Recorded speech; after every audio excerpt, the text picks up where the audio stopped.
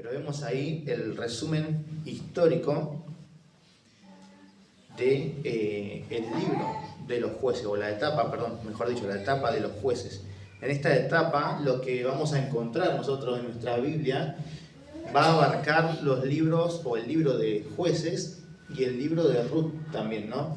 La historia de Ruth, la moabita, ¿no? que es la bisabuela prácticamente del rey David, sucede también en este tiempo, ¿no? En la etapa de los jueces, ¿no? Y vamos a ver, por un lado, en el libro de los jueces, cómo Dios interactúa, ¿no? El Dios del universo interactúa con una nación y todos los sucesos generales de una nación, pero también vamos a ver a través del libro de Ruth cómo Dios, el Dios del universo, también es un Dios personal, ¿no? y que trata con los individuos, ¿no? Y vamos a ver cómo, a pesar de toda una generación o de todo un pueblo infiel, por así decirlo, a grandes rasgos vemos también la fidelidad en un individuo, ¿no? En una persona que ni siquiera era parte del pueblo de Dios en ese tiempo, ¿no? Que es esta mujer Ruth, ¿no? Que luego es añadida a la genealogía del Mesías, ¿no? A la genealogía de Cristo mismo, como lo vemos en el Nuevo Testamento. En el libro de Mateo vemos cómo Cristo es descendiente de Ruth también, ¿no? Así que eso es para tener ahí un poco de detalle en cuanto a esto, ¿no? Cosas que nos muestran tanto el libro de los jueces como el libro de Ruth. Pero ahí tenemos el resumen. Si se fijan en el resumen histórico, dice así: Sansón y otros fueron escogidos como jueces para gobernar al pueblo por 400 años de rebelión. 400 años de rebelión. Si recuerdan un poquito lo que es el Pentateuco, en el capítulo 28 de Deuteronomio, Moisés hace como una recapitulación, ¿no? De la ley y hace una advertencia, de un llamado solemne, ¿no? A obedecer a Dios y las bendiciones que Dios iba a dar sobre la nación de Israel si ellos obedecían a Dios, ¿no? Pero también Moisés hace una advertencia en cuanto a las consecuencias del pecado, ¿no? Las consecuencias de la desobediencia a Dios. Y justamente lo que nos muestra el autor del libro de los jueces es estas consecuencias del pecado, ¿no? Es cómo la palabra de Dios se cumple, cómo la palabra de Dios es real, es verdad, y cómo el pecado trae consecuencias, ¿no? Vemos la gracia de Dios interviniendo por su pueblo, pero vemos también a este mismo Dios de gracia juzgando, ¿no? A su pueblo por la rebeldía de su pecado. Por eso vamos a ver 4 temas principales que giran en torno a este libro. Como lo ven ahí, bueno, en el resumen nuevamente dice: Sansón y otros fueron escogidos como jueces para gobernar al pueblo por 400 años de rebelión, ¿no? Y fíjate que dice que hay 4 temas principales en la era de los jueces. En primer lugar, los jueces, se nos presentan a diferentes jueces, ¿no? Que estos jueces eran personas, no eran hombres. Hubo una mujer también llamada Débora que gobernaron a la nación de Israel en este tiempo donde no había rey, ¿no? Esto es antes de la monarquía, antes de la etapa del rey, ¿no? Por lo cual el pueblo estaba sin una cabeza, por así decirlo, humana, aunque era una teocracia, ¿se entiende, no? O sea, Dios gobernaba a la nación de Israel, a diferencia de otras naciones que tenían sus reyes impíos, ¿no? Y lo que tenía que hacer el pueblo era lo mismo que Dios le dijo a Josué, en Josué 1.8, ¿no? O sea, estar atento al libro de la ley para guardar y hacer conforme a todo lo que en este libro está escrito, ¿no? Y de esa forma, al igual que a Josué, le iban a ir bien las cosas al pueblo de Israel, ¿no? Y eso lo ves, como lo había mencionado, en Deuteronomio 28, ¿no? Cómo Dios iba a bendecir a la nación si ellos obedecían y se sujetaban a la ley.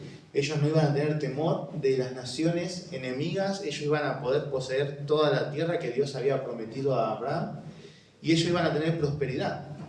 Pero por el contrario, si ellos se rebelaban a Dios, lo que iba a pasar es que Dios le iba a entregar en manos de las naciones. Dios iba a castigar la rebeldía de su pueblo, ¿no? Y esto es lo que podemos ver en el libro de los jueces, ¿no? Un testimonio de Dios siendo fiel y consecuente consigo mismo, ¿no? Con sus palabras, siendo firme en esto, ¿no? A través de mostrar cómo el pecado tiene consecuencias, ¿no? Y en medio de esta etapa del pueblo de Dios, ellos no tenían un rey, Dios era su rey, por así decirlo, Dios gobernaba a través de su palabra, pero Dios también había levantado personas que iban a gobernar temporalmente al pueblo, ¿no? Y esto se da en un contexto donde vemos que el pueblo se rebela contra Dios, ¿no? El pueblo deja a Dios de lado, el pueblo, lejos de obedecer la voz de Dios y exterminar, como ahí había comentado Kevin, ¿no? Que, ¿se acuerdan de la etapa de la conquista? El pueblo, ¿qué tenía que hacer? Conquistar, decían, ¿no? Sí, tenían que conquistar, ¿no? Tenían que destruir a todas las naciones. Dios había, como normalmente suele mencionarlo ahí en la escritura, ¿no? Echado de delante del pueblo de Israel a las naciones, ¿no? A los filisteos y a todos los que aparecen ahí en la etapa de la conquista, en el libro de Josué. Dios lo había puesto delante del pueblo para ser destruido, ¿no? Por causa del pecado de esas naciones.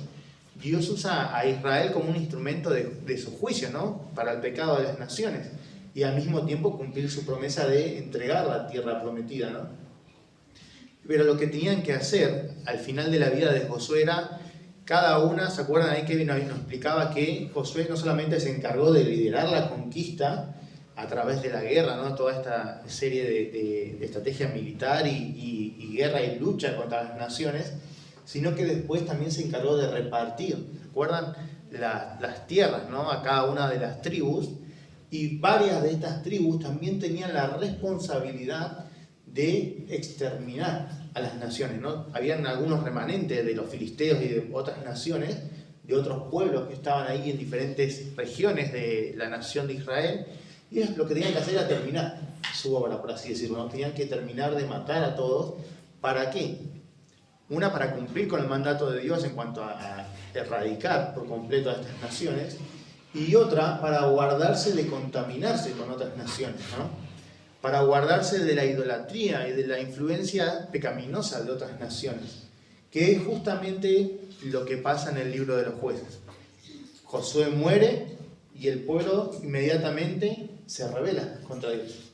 Son desobedientes, ¿no? Lo que termina pasando es que ellos, lejos de obedecer correctamente y de forma fiel a Dios, dejan a las otras naciones enemigas ahí, al bordecito, ¿no? No terminan de erradicar a estas naciones impías. Y lo que termina pasando es que se empieza a mezclar el pueblo de Dios con estas naciones, ¿no? Se empiezan a casar con los impíos, empiezan a idolatrar, ¿no? Seguir y adorar a sus ídolos, y la nación cae en una constante decadencia espiritual. Y esto es lo que todo el panorama básicamente que nos va a presentar el libro de los jueces, ¿no? Y es en este contexto que Dios lo que va a hacer es juzgar a la nación, las va a entregar a su pecado, ¿no? Y va a venir consecuencias por su pecado, van a venir otros pueblos o otras naciones a oprimir a Israel, y lo que termina pasando es, bueno, el pueblo gime, ¿no? Clama a Dios, ¿no? Por liberación, y ahí es donde entran en escena los jueces. Por eso se llama el libro de los jueces, ¿no? Dios levanta a personas para juzgar, para gobernar al pueblo de Israel y librarlos de los enemigos, ¿no? Entonces hay un ciclo que vamos a ver, ¿no? Por eso dice ahí ampliación, dice 4 temas principales: los jueces, la rebelión, ciclos, y por último en esta etapa, ahora sí estamos hablando no solo del libro, sino de la etapa de los jueces, tenemos la historia de Ruth, ¿no? Así que en primer lugar vemos a los jueces que son los líderes de Israel, ¿no? Son los jueces de Israel. Y ahí, ¿no? Como se ve en el libro de los jueces, estos no son hombres que vestían largas togas negras, o sea, túnicas, ¿no? Sentados ahí en cureles elevadas y tomando decisiones legales, no eran como políticos solamente, ¿no? Más bien, son líderes políticos y militares de Israel que ejercieron poder casi absoluto debido a su posición y capacidades, ¿no? Y va a mostrar este libro, ¿no? Que resume los 4 jueces principales, que son Débora, asignada al principio de la era de los jueces, Gedeón, quizá uno también de los más conocidos, ¿no? Que derrotó a un ejército de miles con solamente 300 hombres, ¿no? ¿Se acuerdan un poquito?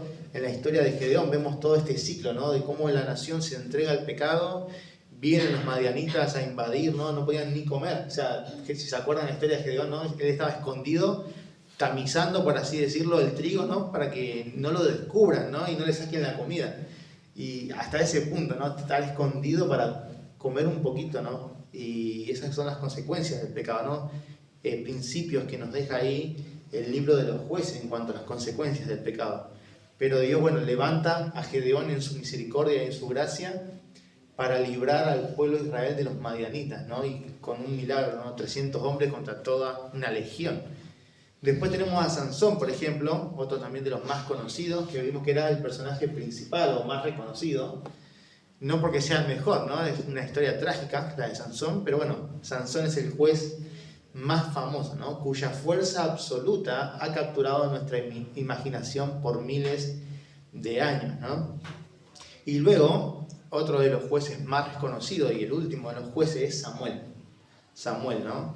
Un personaje transicional, es decir, está en un periodo de transición entre esta era de teocracia, donde había jueces y Dios gobernaba a través de los jueces, hacia la era del reino, la etapa del reino, ¿no? Donde empieza la monarquía, donde el pueblo en un aspecto es como que desechan a Dios, por así decirlo, su gobierno único y teocrático, ¿no? Y quieren ser como las demás naciones y piden un rey, ¿no? Esa es la transición en la cual se encuentra Samuel, ¿no?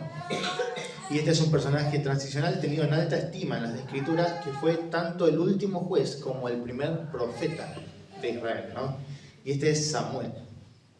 Así que estos son los jueces o los líderes de Israel, los principales, ¿no? Débora, Gedeón, Sansón y Samuel. Hay otros más, ¿no? Son 14 jueces en realidad, pero estos son los más representativos y los que más destacan, ¿no? en esta era. El segundo tema que vamos a ver en esta etapa de la época de los jueces, o la etapa de los jueces, es la rebelión. En primer lugar vimos los jueces, ahora la rebelión, ¿no? Y lo que vemos es el quebrantamiento de la ley de Dios, ¿no? Entonces dice, el libro de los jueces registra el periodo más oscuro de la historia de Israel, que siguió a una de las eras más brillantes, la era de la conquista bajo Josué, ¿no? Había terminado todo bien, por así decirlo, entre comillas, en una cúspide, por así decirlo, el pueblo entrando, tomando posesión de la tierra, se repartieron las tierras y estaba todo bien, por así decirlo, y de repente caen, ¿no? en esta decadencia espiritual. Fíjate, dice, justo antes de morir, Moisés instruye a Israel, en Deuteronomio capítulo 7, versículo 1 al 5, a hacer 3 cosas para evitar que la futura nación de Israel sea corrompida por el cáncer moral de los cananeos. Los cananeos son los habitantes originarios que estaban ahí, ¿no? En Canaán. Fíjate de qué 3 cosas tenía que hacer o guardarse el pueblo o la nación de Israel, ¿no? Dice, en primer lugar, destruir a todos los habitantes de Canaán, que es lo que habíamos mencionado, ¿no? Ellos tenían que destruir por completo. No tenían que dejar ni un rastro, ¿no? ahí de personas o del enemigo, ¿no? Y te hace pensar, imagino que te hace pensar un poco en la lucha con el pecado, ¿no? Cómo Dios nos llama a erradicar y matar el pecado en nuestra vida para que el pecado no se vuelva nuevamente contra nosotros y nos domine, ¿no? Y nos destruya y cause grandes estragos en nuestra vida, ¿no? Y este es un eco, ¿no? La historia de Israel, de cómo esto, el no ser decisivo, el no ser fiel en la obediencia, trae grandes consecuencias, ¿no? Ellos tenían que destruir a todos los habitantes de Canaán y claramente no lo hicieron, ¿no?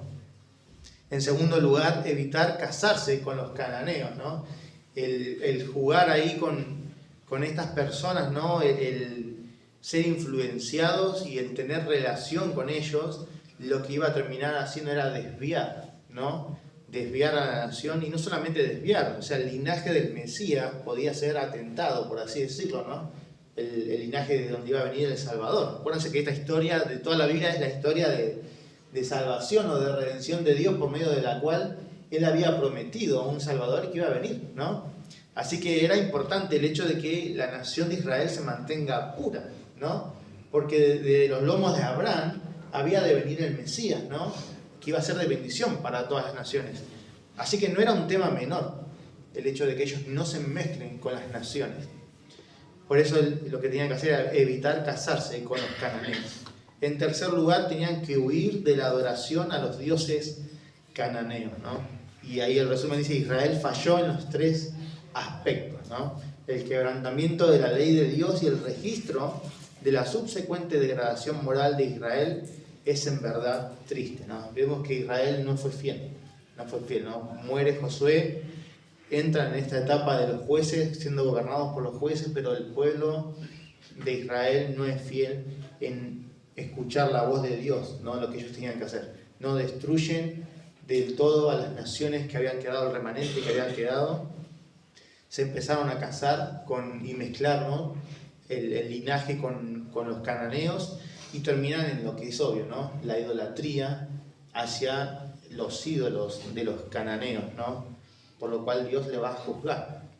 Por eso vemos que empieza este ciclo, ¿no? O estos ciclos, el que es el tercer punto o el tercer tema sobre el cual gira el libro de los jueces, que es la repetición de las desventuras de Israel, ¿no? La repetición de las desventuras de Israel.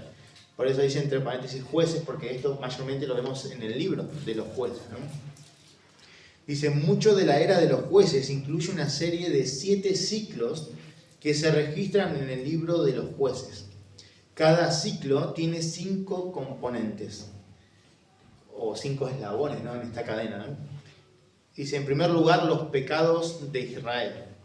En segundo lugar, Dios los disciplina mediante la conquista militar por parte de una nación vecina. En tercer lugar, lo que pasa era: Israel se arrepiente y clama a Dios por liberación. En cuarto lugar, lo que Dios hace es levanta un juez que los liberta de la opresión.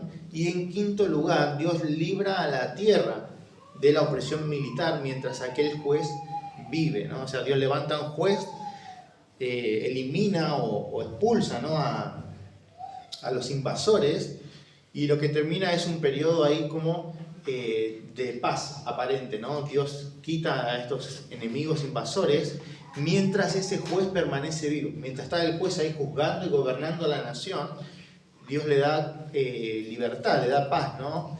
En cuanto a la guerra a la nación de Israel. Dice: ese es un ciclo, ¿no? Pecado, conquista, arrepentimiento, liberación y libertad. Entonces, dice, cuando el juez muere, la repetición de las desventuras de Israel empieza de nuevo. Los israelitas vuelven a caer en el pecado.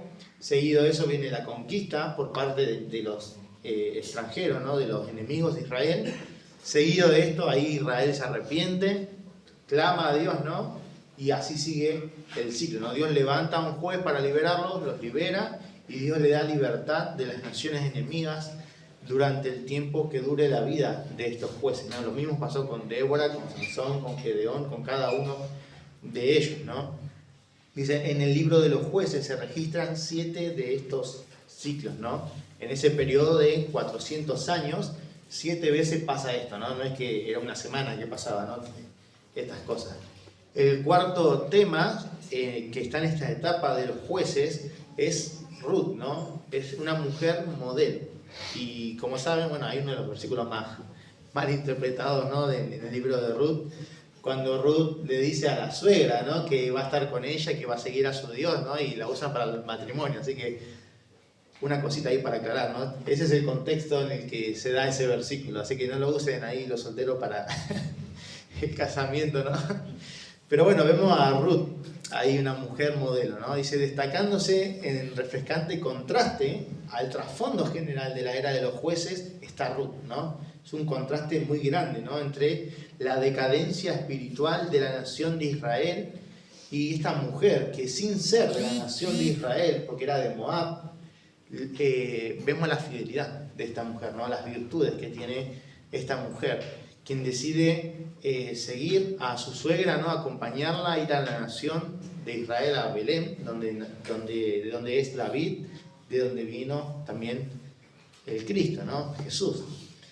Dice que a Ruth no se la describe en el libro que lleva su nombre, ¿no? Esta mujer modelo que vive durante la era de los jueces es un ejemplo de fortaleza moral y espiritual. Acordate que en la etapa de los jueces había mucha decadencia, ¿no? Y era fácil para cualquiera poner excusas y decir, bueno, O sea, en el tiempo de los jueces, acuérdate que una de las frases que más se repetía era, en aquellos días no había rey sobre Israel y cada uno hacía lo que bien le parecía, ¿no? Y esa frase se repite muchas veces en el libro de los jueces, mostrando lo que marcó a esta etapa, ¿no? La decadencia espiritual y acompañado de eso la decadencia moral. ¿Y cuánta excusa tendría esta mujer que ni siquiera era parte del pueblo de Dios, ¿no? Ruth estaba casada con un hombre, este hombre fallece, ¿no? Y su suegra era de Belén, ¿no? De Israel. Y vemos que esta mujer, lejos de volverse quizás a su nación, moabita, ¿no? Y entregarse al pecado y a todas las prácticas de su nación, es un ejemplo, ¿no? De fortaleza moral y espiritual. Dice, su historia es de amor, pureza y consagración. Es una ilustración viviente de las bendiciones que Dios derrama sobre los que viven en fiel obediencia a Él. Un ejemplo de las bendiciones de Dios sobre Ruth es que ella, una persona que no es hebrea, es incluida en el linaje de Abraham a Jesús, ¿no? Y eso es algo claro, ¿no? De ver de la gracia de Dios y del alcance de la gracia de Dios no solo para Israel, sino también para los gentiles, ¿no? O sea, en otras palabras, esta mujer Ruth era una persona gentil, ¿no? Era una persona de una nación que Dios entregó bajo los pies de Israel, ¿no? Una nación corrupta, ¿no? Los moabitas. Y vemos cómo Dios en su gracia obra en la vida de esta mujer y la hace parte del linaje del Salvador, ¿no? Parte del linaje de Jesús. Ella es la bisabuela, o fue la bisabuela del rey David, ¿no? De quien había de venir el Salvador. Así que bueno, tenemos 4 temas principales en la era de los jueces, ¿no? Bien, el resumen histórico. Dice, Sansón y otros fueron escogidos como jueces para gobernar al pueblo por 400 años de rebelión. Bien, la etapa del reino. Ahí nos queda media hora más o menos. Así que vamos a llegar bien. Bien, seguimos ahí. El resumen histórico de la etapa del reino. Ahora voy a mencionar algunas cosas en cuanto al contexto y en cuanto a qué libros encajan dentro de esta etapa, ¿no? Vimos la etapa ahí de los jueces, donde hay 2 libros principales, que sería el libro de los jueces y el libro de Ruth, ¿no? Y ahora estamos en la etapa del reino. Acuérdense que el último de los jueces, ¿quién era? ¿Se acuerdan? Samuel. Samuel era el último de los jueces y el primer profeta, ¿no? De la nación de Israel. Y vemos que era un personaje que estaba en medio de una transición, ¿no? En medio de un cambio ahí, de una etapa a otra, ¿no? La etapa de los jueces, donde había un gobierno teocrático, Dios gobernaba a toda la nación a través de su ley y le daba jueces para que gobiernen, ¿no? Y los libren. Pero el pueblo, en un punto dado de la historia, ahí en Primera de Samuel, lo que hace es desechar a Dios, ¿no? Ellos querían ser como las otras naciones y ellos le piden a Dios un rey, ¿no? Y Samuel está en medio de esta disyuntiva, ¿no? Samuel está metido ahí en medio de esto, pero claro, todo obra y opera para los propósitos de Dios, ¿no? Esto no escapa a los planes de Dios para la historia de la redención, ¿no? Pero bien, ahí en el resumen histórico, si lo tienen ahí o lo pueden leer en la tele, dice David, el más grande rey en la nueva monarquía, es seguido por una sucesión de reyes mayormente impíos, y Dios a la larga juzga a Israel por su pecado, enviándolos al exilio. Y ahí ya no hace spoiler de la siguiente etapa, ¿no? Pero bien, recuerden eso, ¿no? David es el más grande rey en la nueva monarquía, es seguido por una sucesión de reyes que son mayormente impíos, y Dios a la larga juzga a Israel por su pecado, enviándolos al exilio, ¿no? Así que bien, ¿cuáles son los periodos principales en la era del reino, en esta etapa del reino? En primer lugar, el reino unido, ¿no? Vemos ahí a la nación de Israel toda, ¿no? Junta, unida, no hay una separación, bajo un mismo rey. Estaban gobernados por los jueces. Ahora, eligen a Saúl, ¿se acuerdan? Como el primer rey de Israel. Y ahora toda la nación está siendo gobernada por un rey, por un hombre, ¿no? Que también tenía que cumplir la ley de Dios y tenía ciertas regulaciones que aún Moisés, previendo, ¿no?, la maldad del corazón humano, ya había dado en el Pentateuco, ¿no? En cuanto, cuando ellos, si tuvieran un rey, el rey tenía que cumplir con la ley de Dios y tenía ciertas regulaciones también, ¿no? Y vemos que esta es la etapa en la que están ahí, ¿no? En la etapa del reino, el Reino Unido. No es el Reino Unido que tenemos ahora, ¿no? Bien, el punto 2 es la división del reino. Ahí pasa algo, ¿no? Es el hijo de Salomón, en vez de ser fiel a Dios, por la avaricia, por su ego, por su orgullo, lo que hace es quiere aumentar los impuestos de la gente, quiere hacerse el malo, para resumir. Y lo que termina pasando es una guerra civil, ¿no? Se estalla ahí una guerra civil, se divide la nación de Israel en dos, por eso es la división del reino. Las 10 tribus del norte se llaman Israel, y las 2 tribus del sur, que son Judá y Benjamín, pasan a tomar el nombre de Judá. Y se llama Judá porque era la más grande de las tribus, ¿no? Y se resume así, ¿no? Esa era la división del reino. Y es ahí donde entra el reino del norte, que es las 10 tribus del norte, y el reino del sur, que es Judá, ¿no? Judá y Benjamín. Así que bien, el Reino Unido, fíjense ahí, dice una nueva monarquía. Y esto se ve en los libros de primera y segunda de Samuel, o primero y segundo, en realidad, porque son libros, no son cartas. Primero y segundo de Samuel, ¿no? Claramente el autor de estos libros también es el profeta Samuel. Y lo que va a mostrar es esto, ¿no? Las 12 tribus de Israel, celosas de otras naciones a su alrededor, se unen para exigirle a Dios un rey. Dios permite que Samuel, el último juez, unja a Saúl como el primer rey, empezando así una nueva monarquía, ¿no? Esta nueva era o etapa en la historia de la redención, ¿no? Y debido a que Saúl no es un rey justo, Dios no honra su reino ni establece a su familia en el trono de Israel, sino perpetúa, ¿no?, su reinado o la sucesión. Dice, su sucesor, David, aun cuando tiene sus defectos, es un rey justo, e Israel prospera bajo su mandato. El hijo de David, Salomón, llega a ser el rey a la muerte de David, ¿no? Salomón gobierna justamente al principio, pero luego se aleja del Señor, ¿no? Y esto es lo que pasa en resumen, ¿no? En esta primera parte o etapa, ¿no?, de la era del reino, ¿no? Vemos a una nueva monarquía, una transición ahí, empieza el reinado con Saúl como el primer rey de Israel, pero Saúl, lejos de escuchar la voz de Dios, es soberbio, ¿no? Es orgulloso, desobedece. Dios desecha a Saúl y su linaje como el linaje por el cual iba a venir el Mesías, y no establece firme su trono, ¿no? O sea, su descendencia como la descendencia real que iba a estar delante de Dios, delante de Israel, juzgando a Israel constantemente, ¿no? Y elige Dios, en este caso, a David, ¿no?, como el rey de Israel. Y luego Dios promete uno de los pactos que vamos a ver más adelante en otra clase, los pactos, el pacto davídico, ¿no?, el pacto de Dios con David, donde Dios establece que siempre un descendiente de David se iba a sentar en el trono de Israel.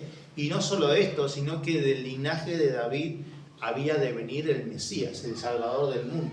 Así que fíjese cómo está todo conectado y por qué es importante para nosotros entender, ¿no?, cómo viene, ¿no?, la historia de la redención. Luego David, ahí como vemos, tiene un hijo llamado Salomón, ya lo conocemos. Empieza como Salomón y termina como Salamín, ¿no? Nuevamente, ¿por qué? Lo mismo que hicieron los jueces, ¿no? Lejos de escuchar la voz de Dios, lo que hizo Salomón fue engañado por su pecado, ¿no? Se casó con muchas mujeres, se entregó a la lujuria, y las mujeres lo que hicieron fue desviar el corazón de Salomón detrás de la idolatría, ¿no? Y esto deja un duro ejemplo, ¿no?, y triste ejemplo para los siguientes descendientes de los reyes, que van a ser mayormente, como dice el resumen, impíos, ¿no?, que van a replicar lo mismo que hicieron sus padres, ¿no? Y justamente el hijo de Salomón es el que divide el reino, ¿no? Así que bueno, eso es lo que vemos ahí en la primera etapa del reino, el Reino Unido. En segundo lugar, fíjense la división del reino, ¿no? Vemos la guerra civil y esto se narra mayormente en el libro de Reyes, primero de Reyes. Dice, como resultado del alejamiento espiritual de Salomón, a su muerte estalla una guerra civil. Y el reino se divide. Hay ahora un reino del norte, compuesto por 10 tribus, y un reino del sur, que son las tribus de Judá y Benjamín. Las 10 tribus del norte retienen el nombre de Israel, y las 2 tribus del sur adoptan el nombre de Judá por el nombre de la tribu más numerosa, ¿no? Y es así que vemos cómo el hijo, ¿no?, de Salomón divide, ¿no? O a causa de sus decisiones el reino se divide y comienza esta era en la época del reino, donde se divide la nación de Israel y ya no es una sola, ¿no? Hay diferencias, se llama Israel, los reinos, las tribus del norte, y se le llama Judá a las tribus del sur, ¿no?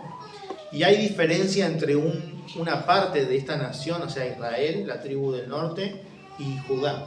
Fíjense que el reino del norte, que es el punto 3, sobre el cual gira toda esta etapa del reino, es un reino injusto, ¿no? El reino injusto. Y Segunda de Reyes lo que va a hacer mayormente es enfocarse en esto, ¿no? En los reyes del norte, en los reyes de Israel.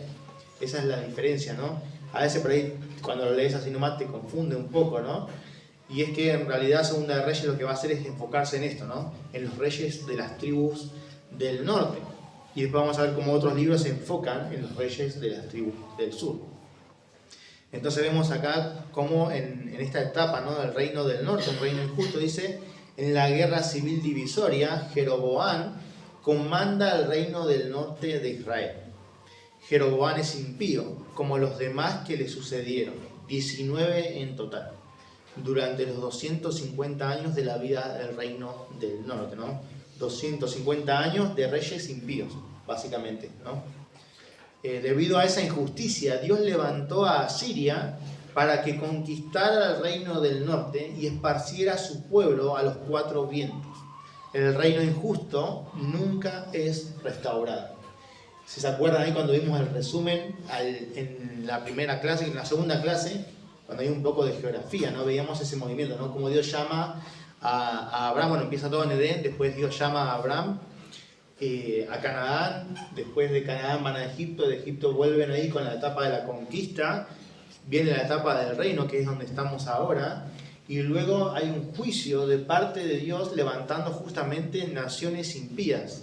Esto fue como a menor escala en la época de los jueces, ¿se acuerdan, no? Este ciclo que había, ¿no? El pueblo quebrantaba la ley de Dios, se rebelaba contra Dios, Dios mandaba juicio al pueblo de Israel a través de naciones extranjeras que venían a invadirles, ¿no? Que los subyugaban, el pueblo clamaba, se arrepentía supuestamente, y Dios levantaba jueces para librarlos y después tener un tiempo de paz mientras viva ese juez, ¿no? Y lo que termina pasando acá, en la etapa del reino, después de la división del reino, es que mayormente tanto las tribus del norte como las tribus del sur son impías, ¿no? Las tribus del sur tienen un poco ahí de changüí, por así decirlo. Hay algunos reyes que son justos, que por lo tanto hacen que el corazón de la nación se vuelva a Dios en diferentes etapas, y esto retrasa el juicio de Dios, ¿no? Pero las consecuencias del pecado son inevitables, ¿no? Y esa es una de las cosas que nos deja ver esta etapa, ¿no? Tanto la etapa de los jueces como la etapa del reino, es que nuestros pecados nos alcanzan, pero nos van a alcanzar, ¿no? Y esto pasa mucho más rápido en el reino del norte, donde vemos esto, ¿no? Debido a esa injusticia, Dios levantó a Asiria para que conquistara el reino del norte. Y si se acuerdan ahí en el mapa, arriba no estaba el imperio asirio, ¿no? O Asiria. Bueno, es un imperio que Dios levantó, un imperio impío, y Dios lo usó como un instrumento de juicio para las tribus del norte, para la nación de Israel, ¿no? A causa del pecado. Así como Dios usó a Israel como un instrumento de juicio para los cananeos, para las naciones impías, ahora Dios usa a Asiria, una nación impía, para juzgar a su pueblo por causa de su pecado, ¿no? Dios no hace acepción. de personas, ¿no? Vemos otro de esos principios ahí, ¿no? Y es justamente de vuelta una confirmación de la gravedad del pecado y una confirmación de la severidad de Dios para con el pecado, ¿no? Y de la fidelidad de Dios a su carácter santo y a su palabra, que es lo mismo que Moisés le había advertido al pueblo: si ellos se rebelaban, Dios les iba a entregar en manos de las naciones. Dios les iba a sacar de su territorio, lo iba a esparcir por los 4 vientos de la tierra, decía, ¿no? Y un montón de cosas más que pasan cuando vos lees los libros, ¿no?, de los reyes, situaciones terribles, ¿no? Tanto que incluso en esta etapa en la que viene Asiria y sitia la ciudad, la gente se estaba muriendo de hambre dentro de las ciudades y terminan comiéndose a sus propios hijos por causa del pecado. Y eso mismo Dios se lo advierte en Deuteronomio capítulo 28 a la nación de Israel, ¿no? Vemos cómo Dios es firme, ¿no?, en su palabra. El pecado trae consecuencias graves y Dios trata el pecado con severidad, ¿no? Incluso con su pueblo, ¿no? Dios juzga con justicia, ¿no? Y lo vemos acá expresado y plasmado en la historia del reino del norte, ¿no? Un reino injusto, que luego se convierten en los samaritanos en el Nuevo Testamento. O sea, la capital de los reinos del norte, perdón, de las tribus del norte, que sería el reino del norte, es Samaria. Es Samaria. La capital del reino del sur es Judá, Jerusalén, perdón, y en el norte está Samaria, ¿no? Que de ahí vienen los samaritanos, ¿no? Que era una mezcla. Fíjate, Dios juzga a Israel con esta nación impía llamada Asiria, y lo que le gustaba hacer a los asirios era como mezclar. A los que ellos conquistaban los mezclaban para que desaparezca su descendencia, por así decirlo, ¿no? Destruir hasta el punto de su historia y su genealogía prácticamente, ¿no? Y eran las consecuencias, ¿no?, del pecado de la nación. Y es por eso que cuando vuelven, los que vuelven ya son mestizos, son mezclados, ¿no? No son puros. El linaje se mezcló, se corrompió con las naciones impías, por lo cual de esas tribus no podía venir el Salvador. Fíjate la gravedad, ¿no?, de todo esto. Y el cuarto punto ahí es el reino del sur. Y se llama el reino inconsistente, ¿no?, que también nos deja ver la escritura ahí, ¿no?, cómo era como un ida y vuelta o periodos de impiedad en la nación de Judá y también periodos de justicia, ¿no?, o de obediencia a Dios por medio de reyes que temían a Dios, ¿no?, que eran pocos. Fíjate, dice Roboam, el hijo de Salomón, impera en el reino del sur Judá. También es injusto e impío este hombre de Roboam. Esa es la causa por la cual se divide el reino, ¿no? Dice, a este reino le va un poco mejor que al del norte. 8 reyes justos de un total de 20. Prolongaron su vida 400 años. Para que el reino del norte eran 250 años y Dios los juzgó con Asiria y se los llevaron y los mezclaron y los esparcieron por todos lados. Pero a las tribus del sur, al reino del sur, que es Judá y Benjamín, al tener reyes justos que detuvieron en gran medida, ¿no?, en el tiempo que estuvieron, la impiedad de la nación y llamaron al pueblo a arrepentirse y a buscar de Dios, se reconstruyeron el templo varias veces, etc. Por causa de esto, ellos tuvieron como más tiempo, ¿no?, de gracia para arrepentirse, pero al final del día sus pecados les alcanzan, ¿no? Y Dios lo que va a hacer es levantar a Babilonia para juzgar las tribus del sur. Fíjense, dice, 8 reyes justos de un total de 20 prolongaron su vida a 400 años. Sin embargo, los pecados de Judá finalmente lo alcanzaron y Dios envía juicio sobre el reino inconsistente, levantando a Babilonia, que había conquistado a Asiria. O sea, primero está el imperio asirio, después surgieron los babilonios, conquistaron a Asiria y estos mismos babilonios son los que después vinieron y conquistaron a Judá. Y Dios levantó a Babilonia prácticamente para esto, ¿no?, para que conquiste a Judá. Dice, Babilonia reúne a todos los líderes, artesanos, músicos y jóvenes prometedores y los lleva cautivos, ¿no? Y es ahí donde entra también Daniel, ¿no?, después en la próxima etapa del exilio, donde están cautivos, ¿no? Pero vemos esto, ¿no? El pecado les alcanzó igual, ¿no? Bien, ahí para recapitular un poquito el resumen histórico de la etapa del reino. la etapa del reino. Dice David, el más grande rey en la nueva monarquía, es seguido por una sucesión de reyes mayormente ¿qué? Impíos. Y Dios a la larga, ¿qué hace? Juzga a Israel por su pecado enviándolos al exilio. Acá en el autor del libro se refiere a Israel como a la nación toda, ¿no? No se refiere a las tribus del norte solamente, acá, el hombre este que escribió el libro, ¿no? Bien, así, ese sería el resumen, ¿no? David, el más grande rey en la nueva monarquía, es seguido por una sucesión de reyes mayormente impíos y Dios a la larga juzga a Israel por su pecado enviándolos al exilio. Bien, vamos a hacer ahí un repaso súper rápido de solamente las etapas, ¿no? Las etapas en la historia de la redención o en la síntesis del Antiguo Testamento. Así que ahí ya tenemos bastante material abarcado y ahora voy a sacar esto, conectarlo. Les voy a mencionar solamente algunos de los libros que corresponden a la etapa del reino, para que podamos tenerlo ahí en mente cuando leamos, ¿no? Ciertas cartas, ciertos libros, y vemos esto, ¿no?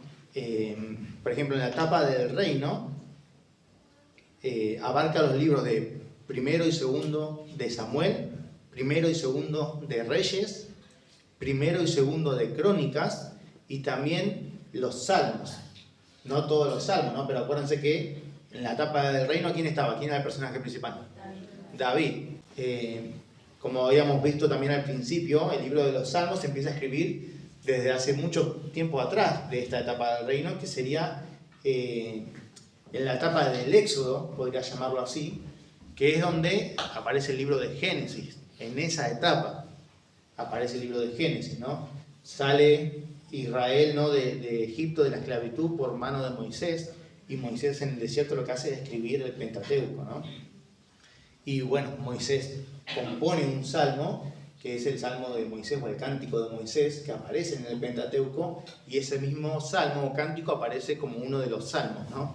Entonces desde ahí empieza el libro de los salmos. Acuérdense que es una recopilación de diferentes salmos, ¿no? O oraciones, el libro. Así que bueno, pero en esta etapa del reino vemos esto, ¿no? Primero y segundo de Samuel, primero y segundo de Reyes, primero y segundo de Crónicas, los salmos, es como hay muchos salmos que se escriben en esta etapa, los proverbios de Salomón, Eclesiastés, Cantar de los Cantares y bueno, la mayoría de los libros proféticos, la mayoría.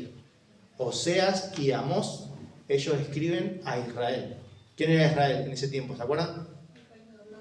El reino del norte, ¿no?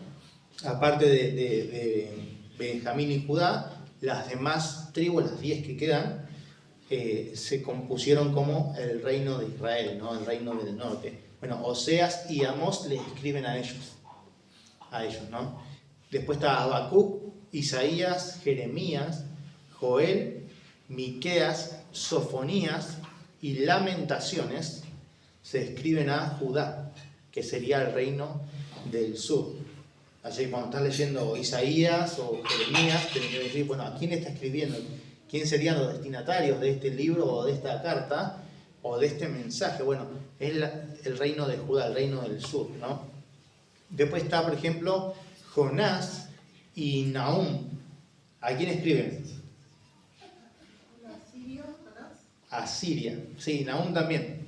No lo sabía, lo veo recién y Nahum también escribe a Siria. Y Abdías, este me había olvidado, escribe a Edom.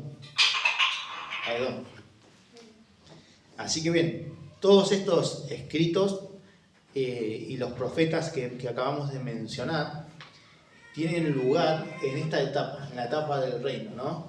Que son una etapa de 400 años prácticamente, ¿no? No son 10 años, ¿no? Lo que pasa esto, sino que desde que termina el tiempo de los jueces se empieza la nueva monarquía con los reyes, ¿no? Y pasan todos estos años, en el caso del Reino del Norte 250 años, pero en el caso del Reino del Sur 400 años prácticamente, donde se escriben todas estas cosas. Dios levanta profetas en medio de toda la corrupción que hay en las naciones, tanto del norte como en las naciones, en la nación del sur, o sea, Judá, Dios levanta profetas, ¿no? ¿Para qué? Para reprender al pueblo por su pecado, para llamar al pueblo al arrepentimiento, a volverse a Dios, a dejar la idolatría, ¿no? A ser obedientes y convertirse a Dios. Y por eso Dios levanta diferentes profetas, ¿no? Como lo acabamos de mencionar, Oseas y Amós para Israel, Habacuc, Isaías, Jeremías, Joel, Miqueas, Sofonías para Judá, ¿no? Bueno, Lamentaciones también es para Judá, pero ahí ya están en la cautividad, ¿no? O sea, justamente se está lamentando Jeremías, que es el autor de Lamentaciones, por el pecado y los estragos del pecado sobre la nación, ¿no? Cómo el juicio de Dios cayó sobre la nación, ¿no? Y después tenemos Jonás y Nahum, que son enviados a Asiria, ¿no? A esta nación impía, para también llamarles al arrepentimiento. Y Abdías es enviado a Edom. Edom es de donde viene Esaú, tenía una S ahí, Esaú, ¿no? Bien, bueno, eso para que podamos tenerlo ahí en mente, ¿no? Los autores, como vimos, son Samuel, por ejemplo, David, Salomón y los profetas que llevan su nombre, ¿no? El título de los escritos. Y eso es para ayudarnos a nosotros a poder tener un panorama más claro, ¿no? A la hora de leer el Antiguo Testamento, de dónde estamos parados, a quién le escribe, en qué condición estaban, ¿no? Esas naciones a las cuales le estaba escribiendo un profeta puntual. Por ejemplo, Isaías, que entra en esta etapa del reino, o se empieza a escribir, mejor dicho, ahí. También Isaías no escribe de forma cronológica. Si ustedes leen el libro de Isaías, él no está escribiendo de forma cronológica, sino lo que está haciendo Isaías es, tiene como secciones, ¿no? Una parte donde lo que va a hacer Isaías es mostrar las causas o las razones por las cuales Dios juzgó o iba a juzgar a Judá por causa de su pecado. Otra sección donde muestra, ¿no? un trasfondo histórico donde suceden ciertos eventos, los reyes de Judá, los que hicieron las cosas bien, los que hicieron las cosas mal, y otra etapa o otra sección del libro de Isaías, que sería como una sección de esperanza, si se quiere llamar así, que justamente está dirigido al pueblo de Judá que está en la cautividad, para que ellos puedan tener esperanza, ¿no? De que Dios iba a tener misericordia, que Dios tiene un plan de redención y que Dios iba a traer a su pueblo, ¿no? Un remanente para continuar con el linaje del Mesías, ¿no? Y para bendecir a la nación de Israel. Cuando me refiero a la nación, no toda la nación, aunque le está escribiendo a Judá, ¿no? Así que vemos, por ejemplo, esto en el libro de Isaías, ¿no? Pero todos estos libros tienen lugar en esta etapa.